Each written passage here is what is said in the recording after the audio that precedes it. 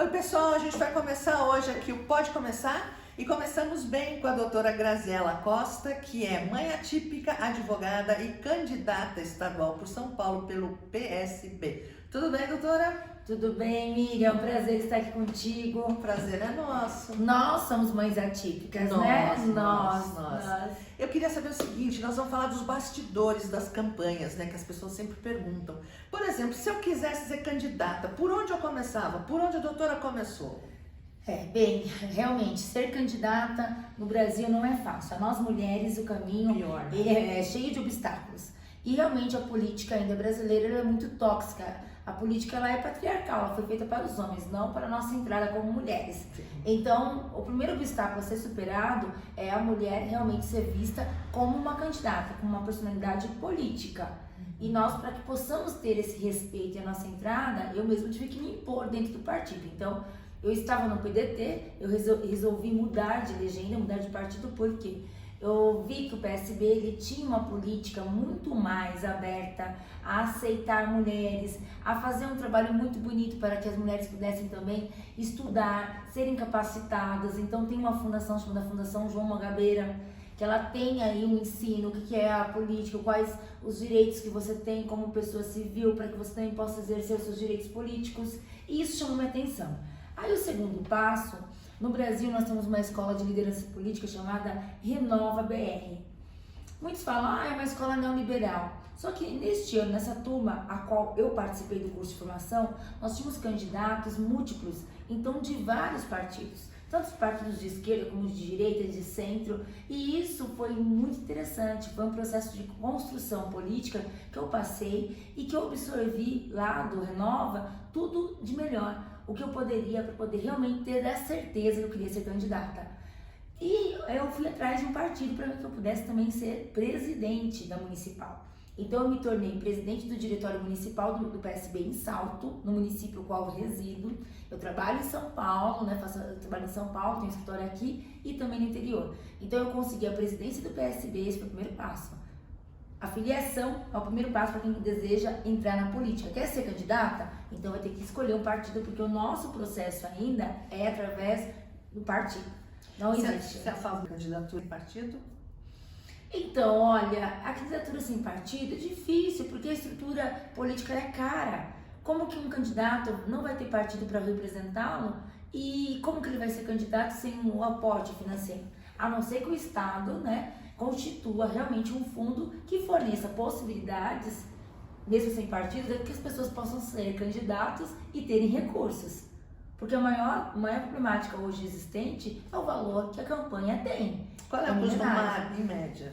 Uma campanha hoje, ela não tem um custo menor do que 100 mil. Para se tornar competitiva, uma campanha, ela precisa ser acima de 100 mil reais.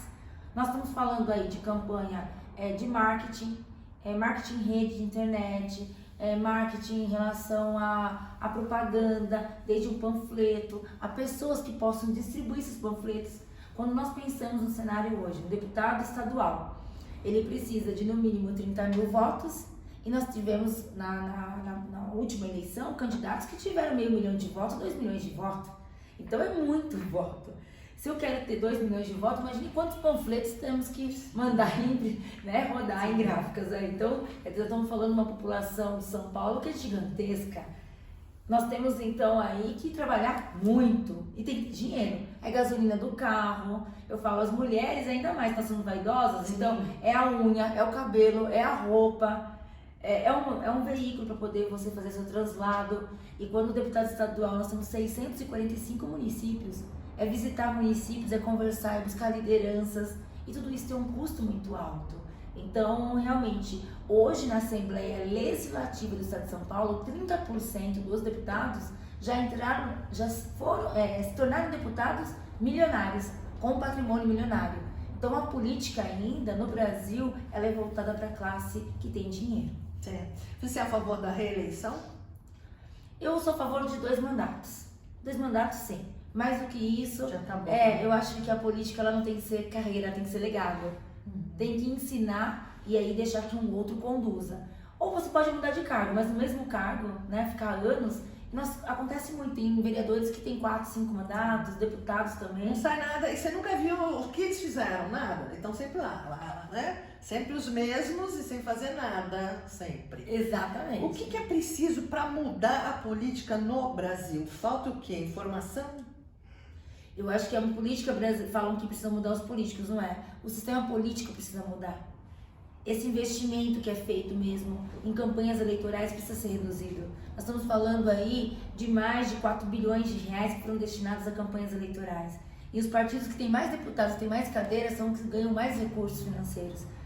Aí a corrida ela se torna desigual. Porque na hora da divisão, quem fica a maior fatia do bolo é quem tem cadeira. E são esses que estão lá há anos com mandato e que nada fazem. Fazem políticas individuais. Então o sistema político brasileiro ele precisaria mudar. Nós precisamos da democracia, tem que ser através do voto. Outra questão muito importante, 45 dias de campanha. Então uma pessoa que decidiu ser candidata, que nunca ela foi política, ela nunca teve um cargo político, não vem de uma família que tenha políticos, decide ser candidata, 45 dias, como que você faz campanha? E com poucos recursos. É uma corrida desigual. Sim. O primeiro passo é realmente mudar a política brasileira, o sistema político nosso existente. O seu pai foi prefeito em Salto, é isso? Pai? Não, o pai foi vereador. Vereador? Vereador. Vereador, então a doutora já tem a mãe ali, como é que é, mais ou menos? Eu vivenciei, né? E nós trabalhamos para a eleição de vários prefeitos em Salto.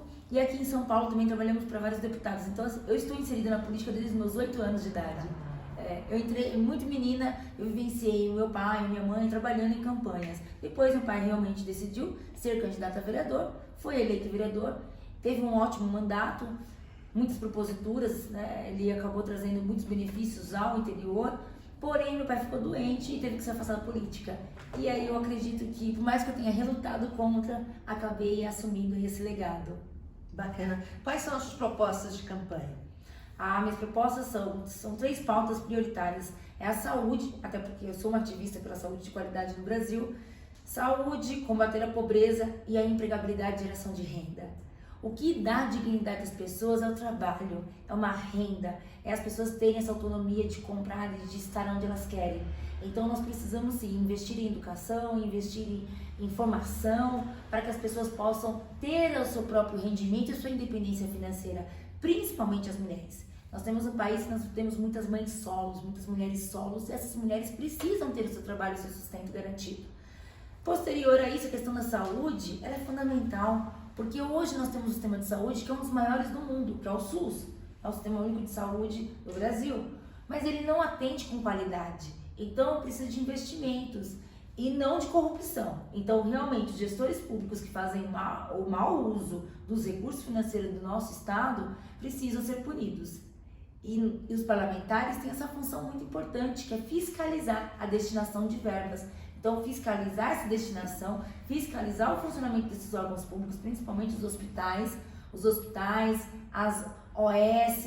Então, precisamos fiscalizar e buscar cada vez mais investir na ciência, né? Corrigir o sistema CROSS, aumentar o número de leitos de UTI pediátrica que não dão importância no Brasil, centros de reabilitação. Precisamos ter centros de reabilitação em municípios, em bairros que têm mais de 100 mil habitantes, é fundamental. A população hoje com deficiência é muito grande no nosso país.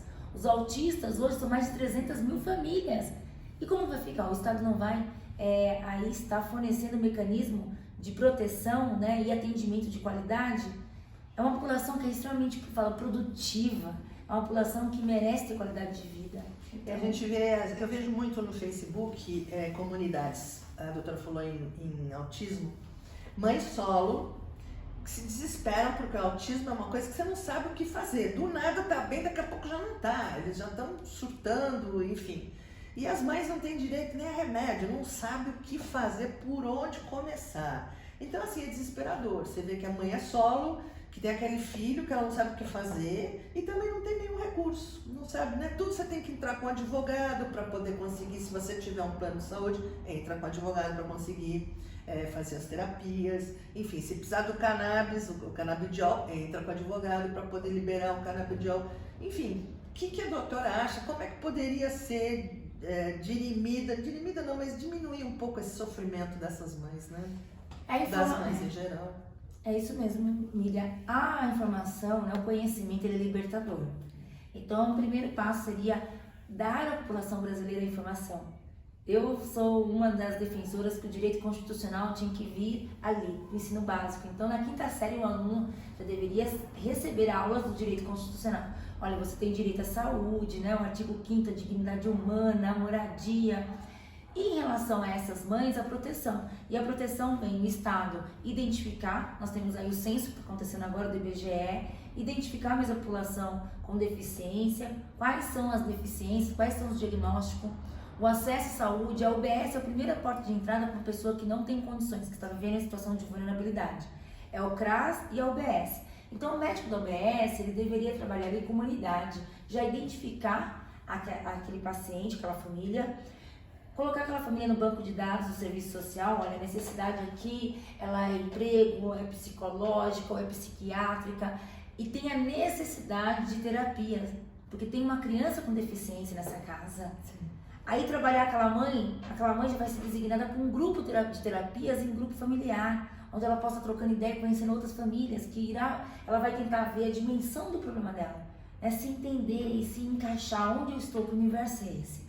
Porque a falta de informação, os pais geralmente quando tem um diagnóstico de um filho ficam muito perdidos e não sabem para que lado socorrer, onde eu vou. Então o primeiro passo é ter a compreensão, é explicar. Ter o diagnóstico, identificar qual deficiência, qual caminho percorrer. E o Estado tem que dar o acesso às terapias, sim. Abrir mais centros terapêuticos, desenvolvimento. Dentro das escolas, tem que ter um assistente terapêutico dentro de escola. Eu sou a favor que a escola pública tem que ter psicólogo, atendimento de psicologia, odontologia, porque é uma necessidade, gente. Nós vemos uma saúde. Fala, como pode ter uma mulher sem dentição? E no Brasil você encontra, tem mulheres sem, assim, totalmente destruída a parte dentária, e vai numa consulta médica, o médico olha e não consegue identificar, que é um problema de saúde pública também. Então, você ter dentro da escola odontologia, psicologia, serviço social e terapia ocupacional. A terapia ocupacional, ela faz milagres. Ser trabalhado na criança, o seu desenvolvimento, a potencializar o que tem de melhor, identificar o que aquela criança tem de melhor, mesmo com aquela deficiência, mas ela tem algo que é especial, que ela faz diferenciado e que ela gosta. Sim. Porque não adianta você trabalhar com todos as interfaces, né? Vamos trabalhar só a disciplina normal, português, matemática, ciência, geografia. Mas se o aluno tem um problema cognitivo, ele não vai aprender. O que ele gosta é artes, então vamos desenvolver a arte nele. Né? O importante... Música, eles amam música. Na música. E quais são as escolas? Só escola particular que você vê. Aula de música, aula de arte. Então o ensino público no Brasil, ele está muito sucateado. Ele precisa ter uma atenção maior. Quando a gente fala de política, eu acho que a gente tem que olhar como mãe. Com certeza. Então é você olhar como mãe. O que meu filho precisa para ele ser feliz? E o que o povo do estado de São Paulo precisa para ser feliz? É esse o olhar. E nós vamos identificando. Por isso que tem 94, porque sozinho eu não vou conseguir. Mas eu preciso dialogar com os outros deputados, né? Com os outros 93 que lá vão estar. E falar, olha, vamos trabalhar essa parte? Vamos trabalhar na saúde? Vamos criar dentro das periferias atendimento, porque a mãe não precisa se deslocar. Sair lá de um bairro periférico para ir até um grande centro. Ela vai desistir. Claro. O filho vai desistir. Sim, não tem dinheiro para condução, é aquela coisa de confusão toda. Um autista dentro do transporte público lotado não tem cabimento. Então as políticas públicas têm que ser feitas de uma forma mais real, coerente com a realidade da população e a sua necessidade. A doutora falou em corrupção. Como é que se chega a Brasília e não se corrompe, né? Porque todo mundo chegou em Brasília, se você conseguir ser eleito, acabou. Ou você entra no círculo, ou você está dentro ou você está fora, né? Não tem jeito. Como é que a doutora pretende lidar com isso? Não vai chegar a Brasília, mas vira e mexe, a doutora sempre está em Brasília, né? Sim, isso realmente a última ida para Brasília e que realmente foi feita com louvor foi a nossa luta. As mães se uniram, profissionais do direito, contra a taxatividade do rol da ANS, que é um absurdo. Saúde não tem como ser engessada. Como que nós vamos engessar tratamento se o tratamento é individualizado? Então, é aí que a gente pensa, né? Como podem os legisladores e quem tem gestão, nós falamos assim, diretor da ANS, ele ir realmente a favor dos planos de saúde, a questão financeira, muito além da dignidade das pessoas, dos direitos, da dignidade individual de cada ser, e querer estabelecer um rol taxativo. Você tem a doença X, você tem ali um câncer, você vai poder fazer um certo número de quimioterapias e só pode ser essa quimioterapia que já está catalogada. Não, não é assim. Eu falo que uma dipirona, o efeito que ela faz no paciente, ela não faz o efeito no outro. Exatamente. Né? Não resolve. Então, contra a corrupção, eu falo a mesma coisa. Cada ser, nós somos comuns em muitas coisas, mas nós somos individualizados e diversos. Então, eu vejo a política como uma ponte entre a sociedade e o poder público. Se ela for bem utilizada, nós podemos aí construir um grande país, porque o Brasil tem condições de ser uma grande potência. Nós não temos problemas de catástrofes naturais, né? Grandes catástrofes. Nós vivenciamos guerras. Então nós temos um país com potencial, temos grandes riquezas naturais. Nós podemos sim ser uma grande potência. E eu vejo uma mãe, ela preserva muito a sua identidade e a identidade dos seus filhos. O que eu vou ensinar ao meu filho? Eu tenho 2 filhos. Eu tenho um filho, o Cassiano, que é meu filho biológico, que tem uma doença rara, que é a atrofia. E eu tenho minha filha adotiva, que é a Zípora, de 5 anos. O que eu quero para os meus filhos no futuro? Se eu não quero visitar um filho dentro de uma cadeia, eu tenho que sempre ensiná-los a ética, o agir com ética, com educação, com respeito e com moral. Então, como política, eu quero levar isso também, porque foi isso que eu aprendi. É sempre preservar os meus valores e evitar ao máximo, tá? Entrar em questões que sejam contra a população. Então, por que eu falo assim, evitar? Porque às vezes a gente vai ter que estar, sim, no embate. Mas aí eu tenho que me colocar a favor do povo. Porque foi o povo que elegeu. Então, quem paga o salário é o povo. Somos nós que pagamos o salário dos políticos. Então, nós temos que preservar isso, porque o nosso salário é nosso dinheiro público que está indo lá. Sim. É o dinheiro dos nossos impostos. Nós pagamos muitos impostos no Brasil. Né? E por que tão pouca mulher no cenário político? Porque mulher, assim, ela não é bélica igual os homens, ela é mais pacífica, né? Ela gosta de pacificar, vamos conversar. Os homens não, né? Vamos brigar, vamos pra luta e vamos guerrear. Por que não? Por que tão poucas mulheres, né? Eu acho que é a formação. Nós aprendemos dentro de casa, pelo menos eu vejo pela minha formação. O meu pai nunca falou, olha, vocês podem ser uma senadora, uma deputada. Nunca. Meu pai sempre falou, vocês podem ser professoras, advogadas, podem ser mães. E ele foi vereador. Então, dentro da minha casa, meu pai era um homem político. Ele fala, política não é coisa para mulher, você tem que afastar. Porque política é muito tóxico. Então, eu acredito que a questão cultural do nosso país é que impediu que mais mulheres estivessem na política. E nos últimos anos, eu acredito que o acesso à educação, né? Nós temos muitas mulheres nas universidades hoje. Então, as mulheres realmente elas assumiram protagonismo no mercado de trabalho, a parte intelectual, mais mulheres no banco das universidades. E isso é o que vem impulsionando a participação das mulheres. Somos a minoria, mas eu vejo que nós estamos buscando aí se tornar a maioria dentro do cenário político. E temos ótimas mulheres na política sendo inseridas, que lutam por políticas reais como a entrega de absorventes, a política do absorvente, que é uma coisa que nunca ninguém pensou, já há tantos anos, e agora nos últimos anos é que se falamos sobre isso. Propriamente a questão do tratamento médicos, terapêuticos ao autista, os diagnósticos. Quantas mães lutaram, Berenice, né, Piaia, que foi uma das precursoras aí da lei dos autistas. Então a gente percebe que leis concretas estão vindo através de mulheres e não dos homens. Sim. E você você trouxe o remédio mais caro do mundo para o Brasil. Que remédio é esse e para que serve? E como é que você conseguiu isso? Que guerreira, né? É o Zolgensma, o medicamento mais caro do mundo. O ano passado ele estava no valor de, aqui no Brasil, de 12 milhões de reais, que é um absurdo. É um absurdo que a Organização Mundial da Saúde, ela permite vender um medicamento nesse valor para salvar a vida de uma criança. Eu sempre vejo como que seriam as crianças dos países, dos continentes africanos, né? Onde não há condição econômica para aquisição de medicamento com um preço como esse. Brasil, não precisa nem ir para África, né? A gente não é Sim, mas aqui ainda tem recurso. Bem ou mal você consegue alguma coisa. Eu acho que são 78 crianças que tiveram acesso a esse medicamento, através dos meus processos foram 28. E esse medicamento, ele serve para realmente mudar o DNA da criança que tem AME. Porque o DNA é atrofia muscular espinhal, isso, Miriam, atrofia muscular espinhal, que é uma doença degenerativa, a qual ela vai, conforme a criança vai se desenvolvendo, os neurônios, os neuromotores, eles não acompanham esse desenvolvimento e eles vão se tornando inativos, o organismo não produz. Então, o medicamento Zolgensma, ele é infiltrado na corrente sanguínea e ele vai fazer com que o neurônio motor produza uma proteína, que é um gene, o SMN1. Então, a criança não tem esse gene, ou ela tem esse gene uma quantidade muito insuficiente para o seu desenvolvimento neuromotor. E através desse medicamento é produzido. Então, é um medicamento essencial, de suma importância, porque realmente pode dar cura da doença para uma criança. A criança tem que ter um peso até 21 quilos, porque um gene também é uma terapia genética, né? Eles falam assim que o vírus, como se estivesse vivo, ela pode sofrer também uma mutação genética, por isso que até os 21 quilos. Mas infelizmente não são todas as crianças que têm acesso e aí tem que judicializar.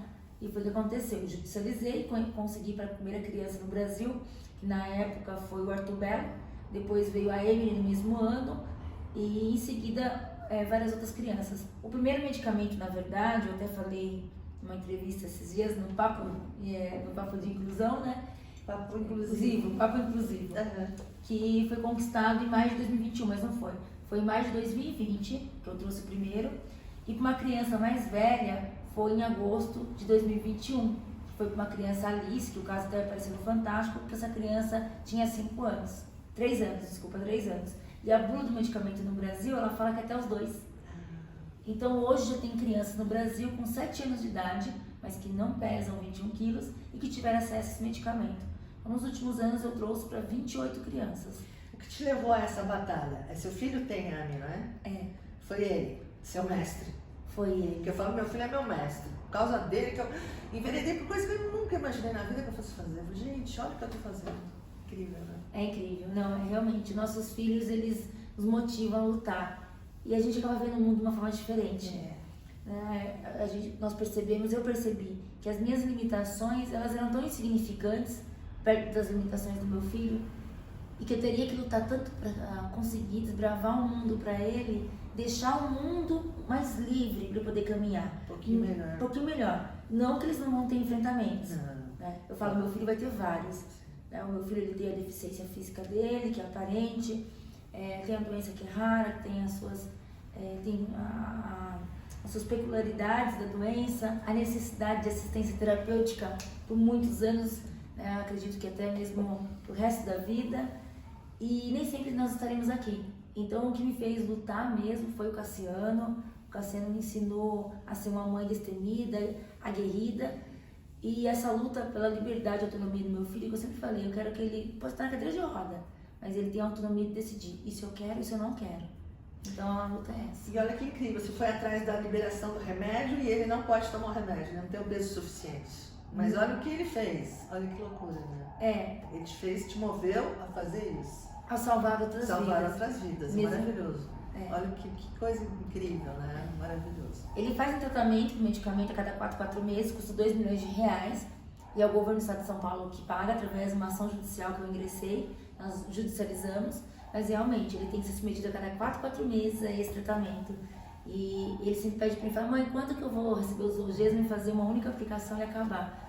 Então, peço que a ciência realmente venha a se desenvolver e que possa ter aí um tratamento que seja uma dose única e com a mesma eficácia. Ok. Doutora, nós estamos aqui no podcast Pode Começar, começamos com a doutora e eu, Graziela Costa. Eu queria saber, para finalizar, qual é o seu recado para as mulheres e peça seu voto, né? Que eu acho que digníssimo. Eu, por exemplo, estava sem candidato, agora já sei quem votar, deputado estadual, né? Isso, obrigada, Miriam. Realmente, mulheres, eu venho aqui fazer um apelo a vocês. Nós precisamos de uma sociedade mais democrática, cidadã, justa, igualitária. E quando nós falamos de igualdade, é ter homens e mulheres caminhando juntos. Sim. Tá? Não é fundamental, não é questão de mulher, não. Isso, não é questão que um é melhor que o outro, o feminismo, não. É questão de necessidade para um país estarmos juntos para a democracia. Então, o que eu venho pedir a vocês é que coloquem mulheres na Assembleia Legislativa dos Estados, coloquem mulheres, na Assembleia dos Distritos, nós temos um Distrito Federal que precisa de mulheres também, e coloquem mulheres no Congresso Federal. O parlamento é o principal para que um Estado, para que um país possa se desenvolver.